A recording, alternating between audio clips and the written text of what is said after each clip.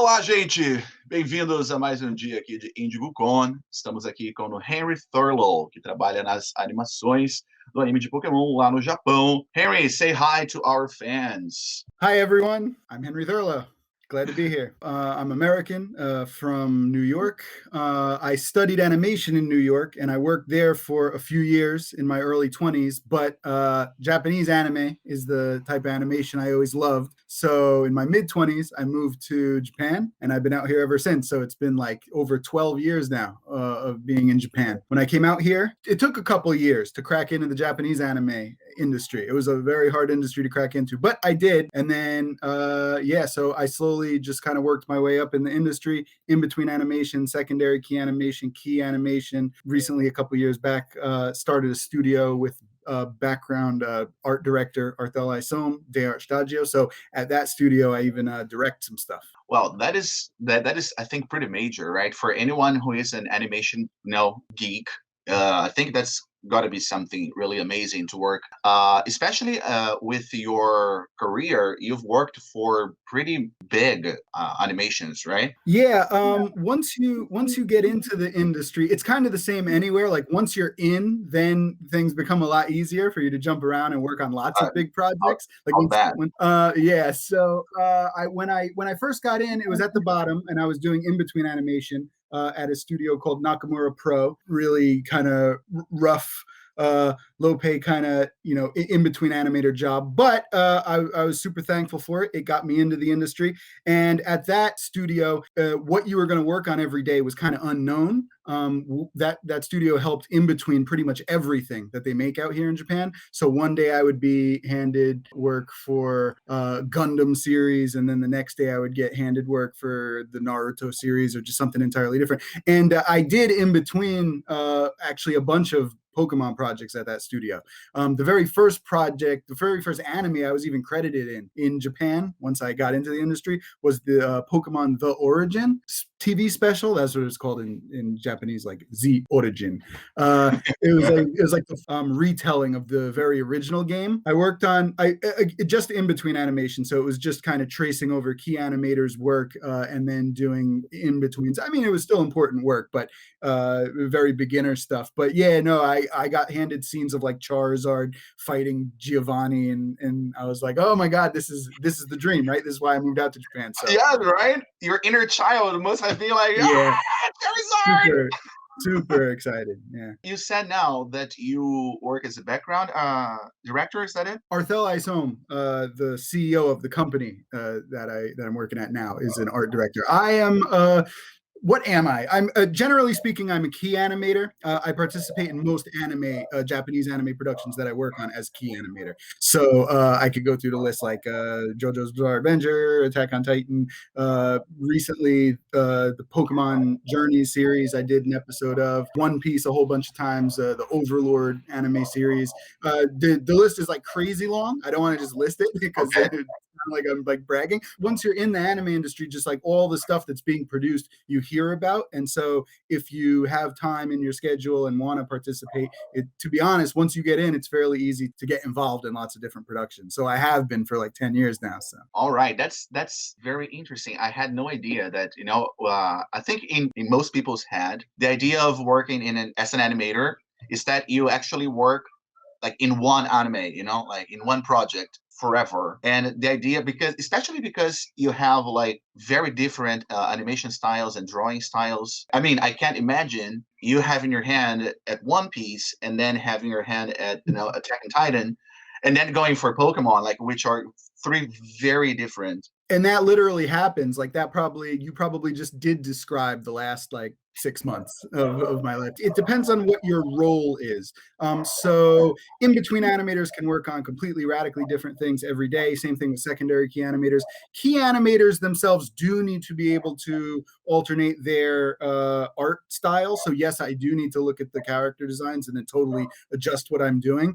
But as you go up the ladder, then like animation director, or particularly chief animation director, the chief animation director would be someone who has to dedicate themselves to one series at a time. They are just correcting the characters to be absolute perfection for one particular series for 1 year of their life or something like that. So yeah, so when you see the names of, like, if you look at the Pokemon anime credits, like the chief animation director or the episode directors of the Pokemon series, those are the names of the people who are truly just day in, day out focusing on one series. But most of the staff that you see there are actual artists that jump around to lots and lots of different productions at once. Okay, so there is, although the name like key animator makes it sound like, you're a pretty big deal, there's still bigger deals than you, right? In the Of course, yeah.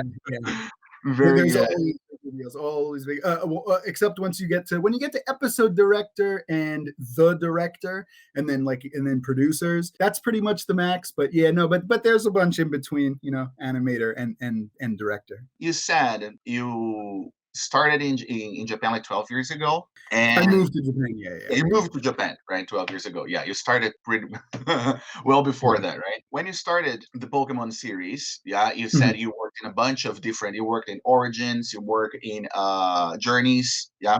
So just talking about my work on the Pokemon franchise, when I was an in-between animator at various studios, I worked on the Pokemon Origins TV special. I worked on the Mega Evolution OVA series. I worked on the XY series. I worked on a whole bunch of episodes in the XY series, actually. But the only one out of all of those I was actually credited for was the Pokemon Origins. My name actually appears written in katakana, in Japanese, in the credits of that. For those other ones, just the name of the studio that I was working at. Okay, that's like and then there was a whole big gap of just other stuff happening in my career. So I just happened to not work on the Pokemon franchise for a while. And then just this last year, I kind of got back into it. I've been a key animator for a while now in Japan, and it kind of dawned on me, like, I haven't participated in Pokemon in a while. And recently I've been really back into Pokemon. My Pokemon fandom goes up and down. Like, I was a huge fan of the first one. Like, I was a giant nerd back in high school, is when like the very first Pokemon Red and Blue came out in America. I was obsessed. I was completely and utterly obsessed with that all the way through Gold and Silver. But then, it's been many years since then, and my kind of fandom goes up and down. But my fandom boosted back up again with Sword and Shield, to be honest. And I was like, man, I really like it. Some people complain online, but I totally disagree with that. I think it's really, really good. I think it's like the most, it's like the biggest RPG, like a real RPG that the Pokemon franchise has ever made. Like, you actually feel like you're wandering in this big RPG world. It's good. No, I loved it. And people, it's a good game. It is. It really is, guys. It really is. I understand it doesn't have every one of the almost 900 Pokemon, but look, relax, all right? Because it's awesome. It's awesome. That and Pokemon Go also kind of in the recent years got me back into Pokemon a lot, and I was like, I really want to participate in it again. And I actually know a few foreign staff members that work permanently on the series. If you look, they were in between animators for a while, and their names often popped up in Sun and Moon and the Journeys. And so I was just like, I want to jump back in there too. So I contacted some production managers over at the OLM, the Pokemon production studio, and sure enough, they were willing to pass out some work to our studio, de our stadio. We worked on I forget the episode numbers now; they're not right in front of me, but two episodes that recently aired. The one where they were in Grimwood? Grimwood Tangle. Yeah, Grimwood Tangle with the Galarian, Ponyta, and Rapidash. And then a couple episodes after that, where they revealed that the one professor lady is obsessed with Psyduck. We did some key animation. So we took key animation work for those two episodes and worked pretty hard on those two. And then while we were working on those, OLM needed some help with secondary key animation, which is also an important task, but it's a little bit different than key animation, for another one of their TV episodes, and also the recent film, The Secrets of the Jungle film. So just in the last few months, I got totally back into working on Pokemon and worked on 3 TV episodes and the new movie. So it's been a big year for Pokemon work. I can say so.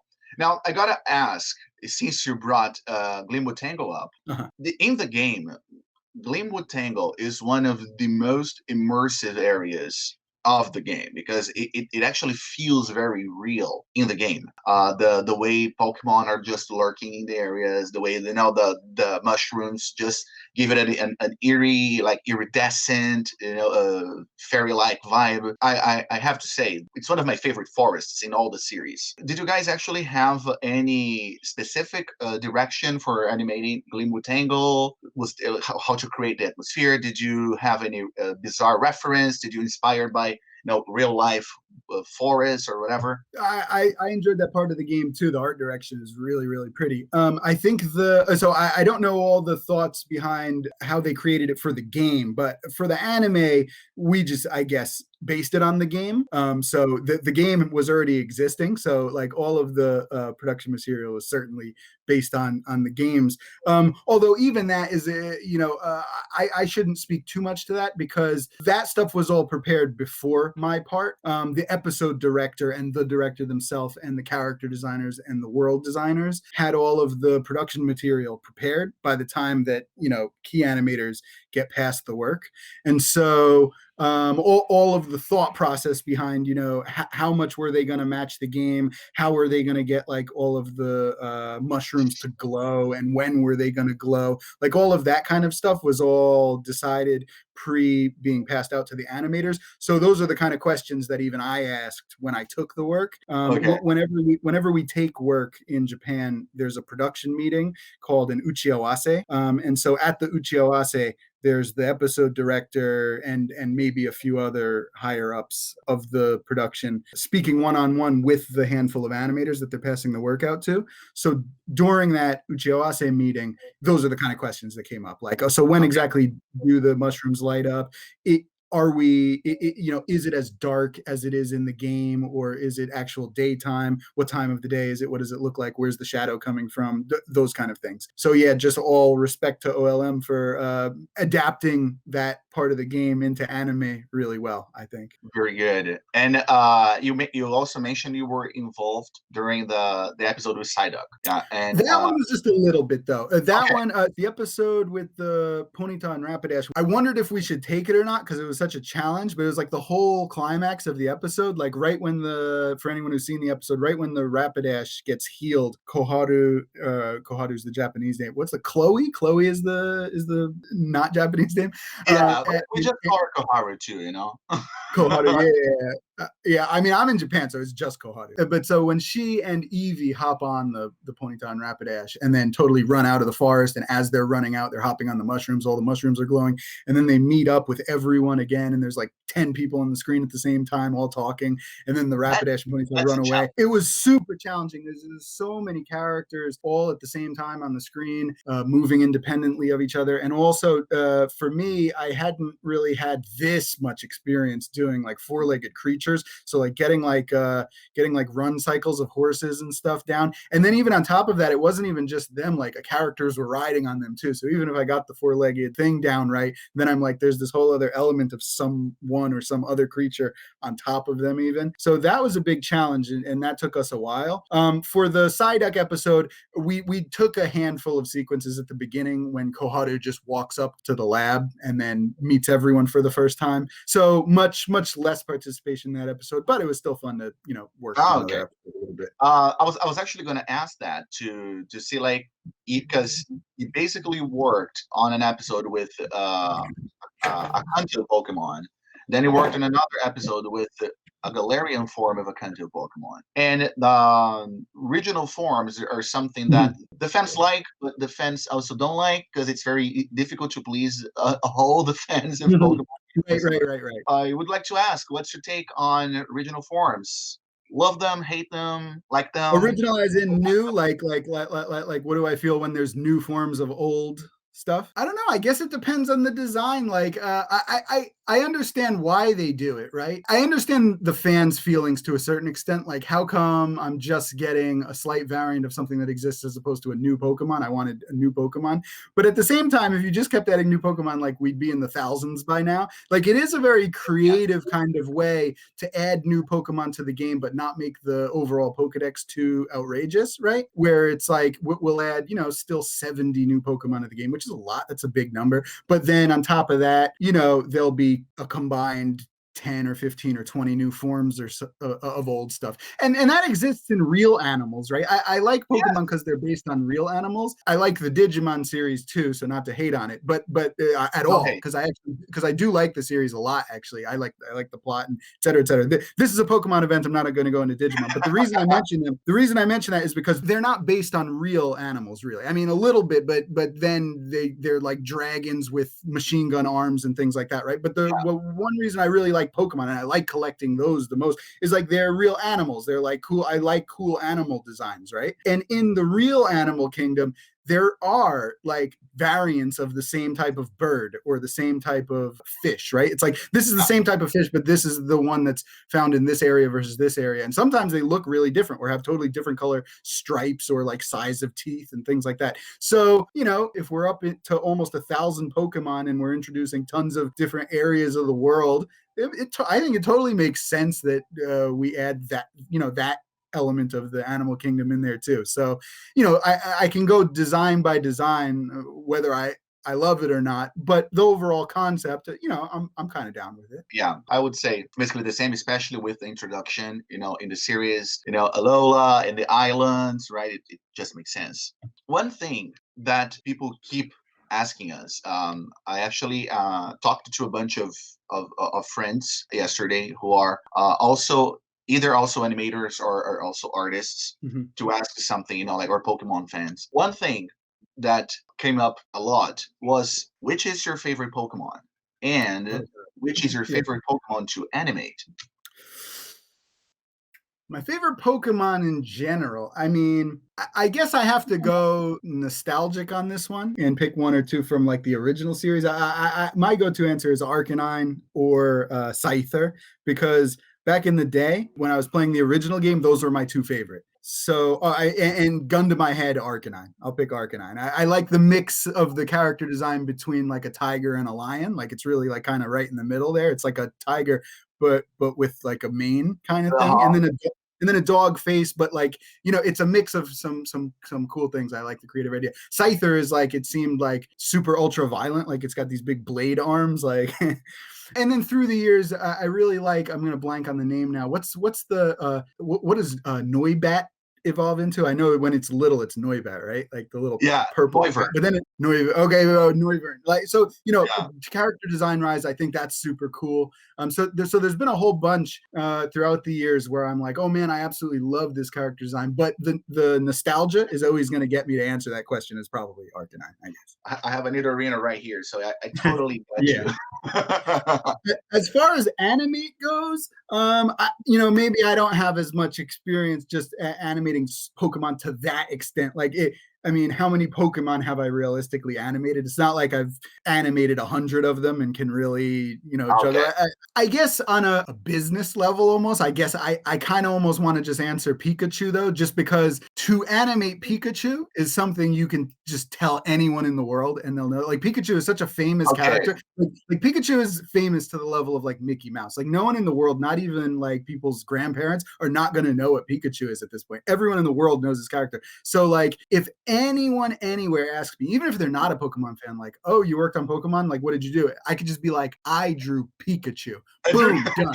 Like, they know what I'm talking about. It's impressive. So just for the level of fame that Pikachu holds in the world, the fact that I've gotten to animate Pikachu is an honor. That is cool. That is indeed cool. And it's as you said, it's an iconic design, right? It's something that everybody knows. We even have a Brazilian soccer player whose nickname is Pikachu. Somehow it doesn't surprise me. I didn't know that, but it's like Pikachu in particular is so famous everywhere around the world. Like it's not going to surprise me that Pikachu appears on logos or in TV ads and et cetera, all around the world. Now, speaking about the work itself of the animator, there are things that people always ask, which is we don't have any idea what it's like to work or what's the scope of the projects you work on.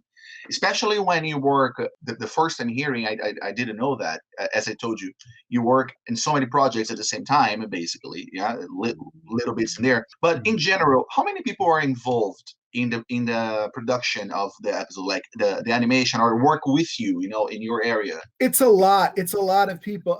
Depending on the individual production, one person might really take the reins and say, I'm going to do the job of a million people on this one particular project or this one particular episode. And then that'll lower the number of people significantly for that one special moment where one person really wants to take the reins. So actually, let me give you this actually Pokemon kind of fun fact. Okay, love fun facts. Before I get back to the question, well, no, because Pokemon, the anime Pokemon, is one example where that does happen. If you actually watch the stat, and I'm blanking on the person's name now. I haven't memorized that person's name because I haven't worked with them. So I apologize to that animator who's obviously absolutely amazing.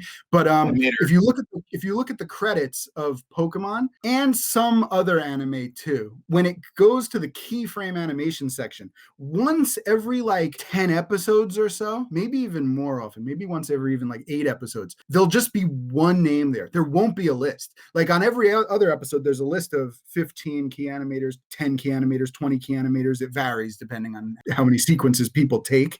But every 8 or 10 episodes or so, something like that of Pokemon, there's just one name there, meaning that there's one person that keeps just single-handedly doing all the layouts themselves for the Pokemon episodes. It's crazy. That person does, like, there's about 300 sequences in one given episode. Like when I did my work, I did like 25 or something like that for the Rapidash sequence. And that was the maximum like I could take. Like I was absolutely at my limit. That was a lot. And this person does 300, like 300 for their episodes. Yeah, that sounds like a load of work.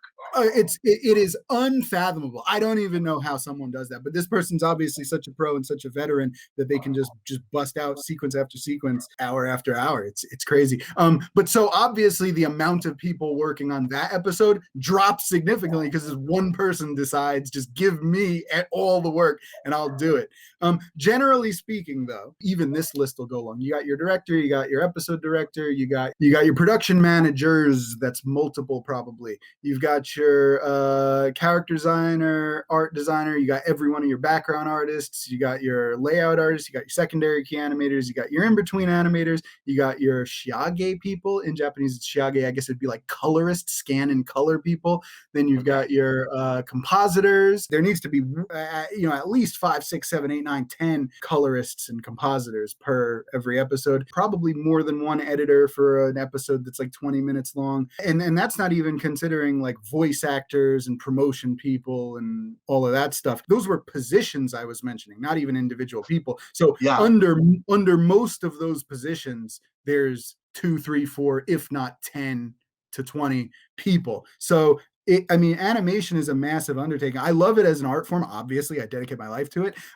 But it's something that really takes a team. It's not like an indie comic or anything like that. And there are independent animators that'll single-handedly make something themselves. Even I've dabbled in doing like I want to make my own short film or something. But the maximum you can do with something like that is probably a short film, because if you want to make 20-minute episodes of something or a full series of 20-minute episodes, it is just too much work for any one person or even small team to do. It takes massive amounts of cooperation and work, but the end result is music and visuals and motion and like just all these different elements all coming together, which is why I love it. I would think that although I understand that there's a lot of people involved, I would have guessed less.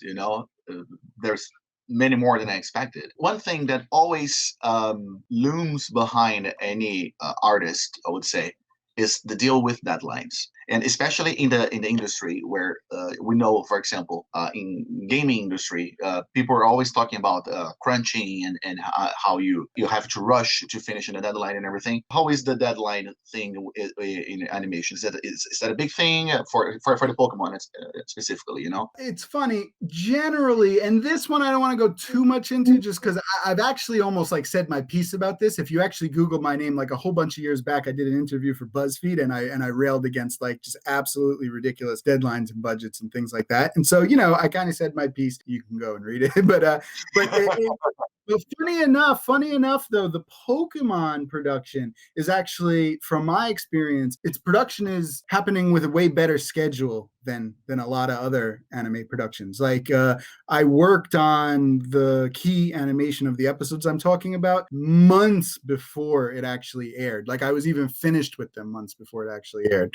And so, like maybe even half a year in advance, they were prepping for the episode. Nice. Which, yeah, well, it's funny because in my experience in the West, working in America, or even taking freelance jobs from not America, but just the West in general, they're producing stuff way in advance, like a year in advance. Like, okay, we'll make this thing now, but then it's not going to be on television for a year or so.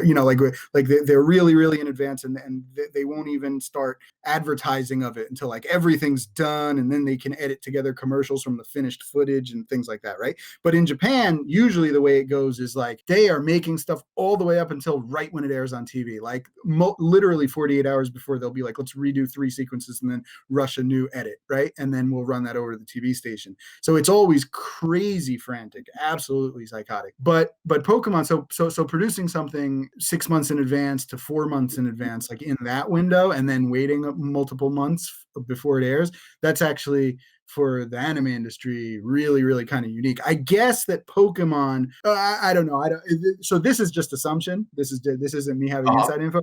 I would just assume, I guess, because it's such a long ongoing series that they're guaranteed more episodes for, that they can prep way in advance. Like, the series that are 12 episodes, they don't know if they're getting a second season. Like, they actually have to wait for confirmation of a lot of things. But I guess Pokemon probably has multiple year contracts already. Happen, so take your time. So they can, with that guarantee, they can prep lots of stuff earlier than other places have the luxury to. Okay, we all know Pokemon is a powerhouse, and it's a very meticulous process with drawing and things. You have standards to uphold. Now, is there any way that an animator can actually imprint some of the personal style or something personal into the animation, or that's a big no? Well, one reason I love Japanese anime is because generally you can do that. You can do that way more than Western productions, in my experience. In Western productions, they'll always be like, this isn't exactly the art style that the producers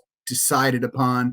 And even if you hand in something absolutely amazing, even if it's not me, like if it's someone else, I'm just like, oh my God, that's the best sequence I've ever seen. Like, God, that's so cool. All of a sudden I'll hear, oh, it was totally cut. Why was it totally cut? Oh, well, because the character design was not exactly in line with, what the producers want the exact thing to look at. So imprinting yourself in anything is almost a negative in the West, which I really hate.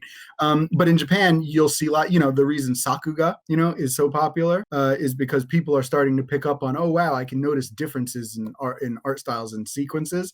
And so that's what that means. Like anime lets those artistic differences through. In Pokemon, you get that to a certain degree, but I guess it depends on the project. Like some of the web things I've noticed allow for the style to change kind of drastically. So those web shorts were really cool. Sometimes I'll notice some sequences here and there in the Pokemon animes. Sun and Moon had that a lot, actually. It had sudden sequences that went wild. I think, again, this is just my own personal opinion. Like, this has nothing to do with behind the scenes, like what they're actually thinking. But my guess is like they're probably somewhere in between the rules of Japanese anime and Western, like, keep it all on model, because Pokemon is a franchise that does depend on, toy sales and et cetera, et cetera. And so an episode where suddenly some avant-garde artist decides to redesign things wouldn't really work for the Pokemon franchise. It's like, hey, we actually do need to keep things on models,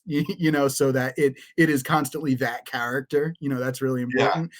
So I think Pokemon doesn't probably give as much leeway as a bunch of other anime productions, but they'll still allow really high quality animation to sneak in there when someone hands it to them. Speaking of sneaking in, one thing that we always like, especially in anime, is seeing those little baby Easter eggs, some reference to old games in characters T-shirt, and little statues that you see of things like that. Is that something you guys know is happening? Like, oh, look, there is this that needs to be put there, or is it something that you don't really pay attention when you're doing it?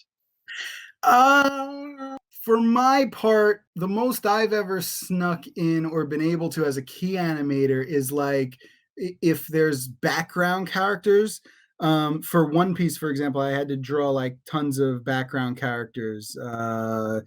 For anyone who knows One Piece, like Kaido's crew. So there's a whole bunch of Kaido's crew members in the background, and the storyboards were kind of rough. Like, we just need a bunch of crew members. Have fun with it. So I could sneak in a few of my own kind of character designs. Like, oh, I'm gonna make this face, and like that's my style, Or if I wanted to put on a T-shirt of something, I could probably do it and get it in there.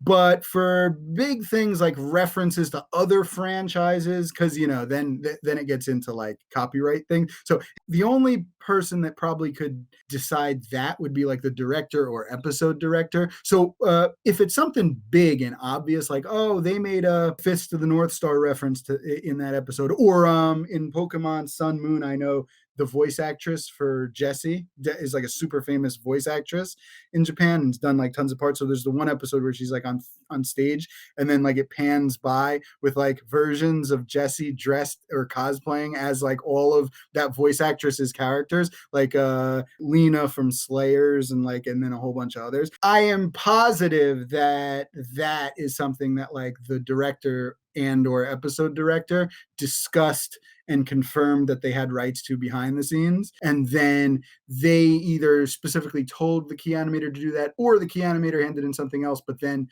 they realized they could do this. So in the director check phase of the process, they were like, we're going to alter this to that thing that we decided on. Again, it's just me guessing, but that's how I'd imagine something like that would move forward. You said that you worked with the Origins, you worked with Journeys, you worked with XY. Those differences in style, differences in animation, I'm pretty sure you are aware that some people were kind of sour about the animation choices for the Alola series, for the Sun and Moon series. Some people were saying that it was too childish because it was kind of weirdly animated. But then on the other side of the spectrum, some people were gushing over the infamous Guzzlord Primarina, Golisopod Primarina fight that was very graphic and kind of dark. Is this something that you see happening a lot, like those conflicting art styles in the same, like sometimes childish, sometimes graphic, I hear like two questions from you. In terms of like childish and graphic, that's something that just Japan can kind of handles differently than a lot of the rest of the world. Like even their child cartoons can have suddenly graphic kind of things. She goes for it. Yeah. yeah. So and just historically, I mean, Dragon Ball and there was a kid series Zenki in the 90s where like it is a kid series, if you look at it, it is a kid series, and yet when the guy beats the monsters, he like rips their heads off and guts fly everywhere. So okay. So that whole graphic thing, that's just Japan, having different kind of censorship and feelings about that than other places. But in terms of the art style, I guess that, well, One Piece is unique in that, I mean, is it really one big giant continual series, or is it multiple series? And I mean, story-wise, it continues, right? Like even now, Ash/Satoshi meets people in the Journey series from the previous shows and knows them. So, like it's all happened, it's not like it resets every time. And yet at the same time, it's not really like a Dragon Ball or a One Piece, or, it's not really like a show that's literally been to be continued for 20 straight years, right? It's like, this is the part that's based on these two games. This is the part that's based on these two games. And then it kind of resets, right? Yeah. And so I don't know if it was literally every time, but generally speaking, every time there's a new director, right? The staff / production studio doesn't change. It's always been OLM. But, someone is done with their job and probably has been working on Pokemon for 4 years or whatever, however long it was, to do their part. And then they're probably asked, like, do you want to direct the next part? And they're like, no, I want to move on with my life. Like I did 4 straight years of Pokemon every week forever. And so, I think I'm going to do something else for a while now, artistically. And so, and maybe even just, other people on the staff deserve to move up and get the opportunity to do that. So it's good to change that. I think that just generally, and again, I'm not an OLM staff member. I don't know the behind the scenes thing. This is guessing. But, my guess would be all of the directors generally that take over don't want to rock the boat too much, right? They're like, hey, I'm taking over the Pokemon franchise. That's a really huge deal. I respect everything that's been made so far. And so my character designs are going to be almost the exact same. I'll personalize them a little bit, right? But the Sun and Moon person was like, nope, I'm going to go crazy. I just like the idea of just doing this my way. But honestly, as a creator, I totally respect that. I'm like, that's awesome. That's awesome. They're like, I'm not going to do what everyone else did. I'm going to decide that I like this stuff. And so there you go. Now, as I mentioned earlier, like Pokemon is one where you can't probably change the character designs too much. Like, there's a franchise. The only person that could possibly do that would be the director. In Japan, the anime directors have massive power. In the West, you can argue like the producers are almost number one and then director is second even. But in anime, like if director chooses something, chances are they get it. Like director's power is quite strong here.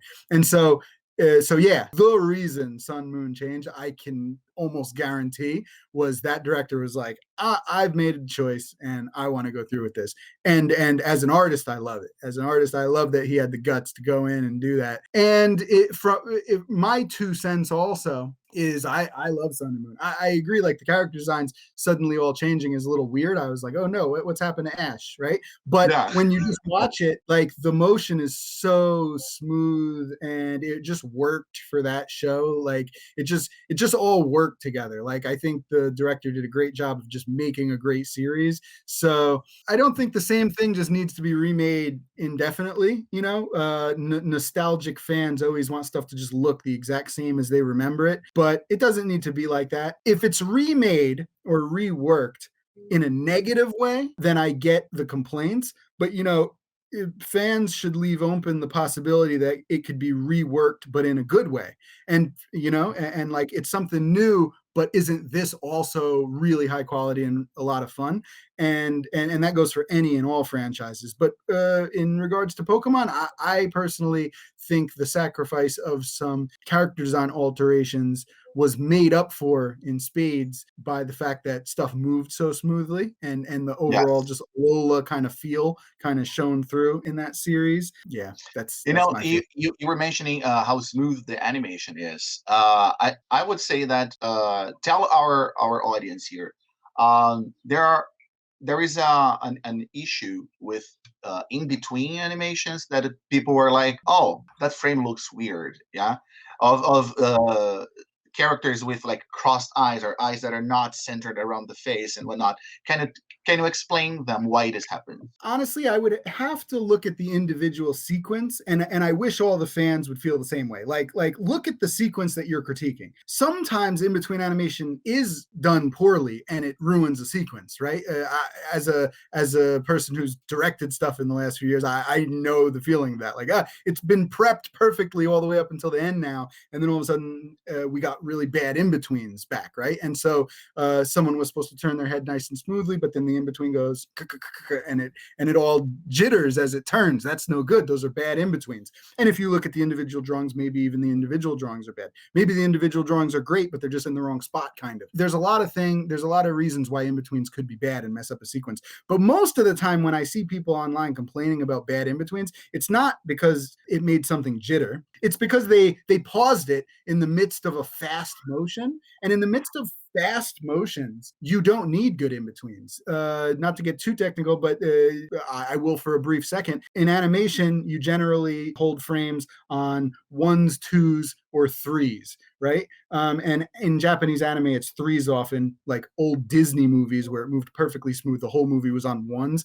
It's how many frames you're holding the actual one individual drawing or frame for, right?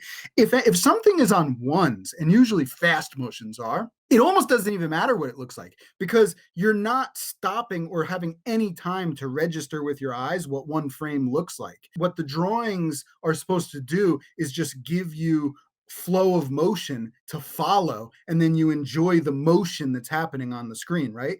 If you go back and you freeze frame any one of those frames, every frame could look horrible, but if the flow of motion was perfect and gave you great action, that is all that mattered. That was the point of it, right? And so people complaining about bad in-betweens, I always have to stop and be like, okay, are you complaining about great animation that just has a one weird drawing in the middle of it, which is totally fine?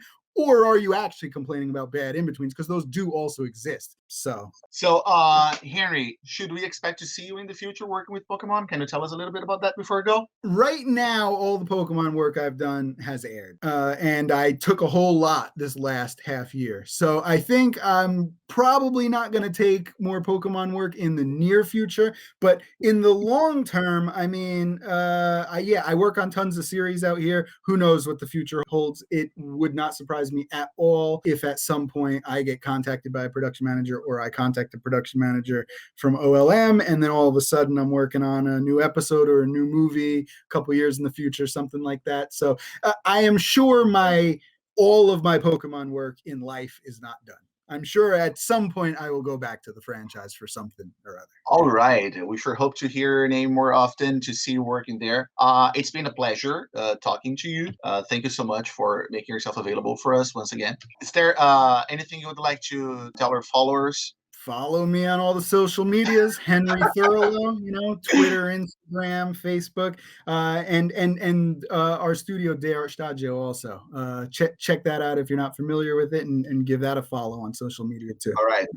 People, we are going to add here in the interview all his handles and the username so that you can follow. Thank you so much once again, Henry, for being here. Thank you, people, for keeping with us here and watching this interview. This is João speaking from Vida de Treinador, and we're good to go.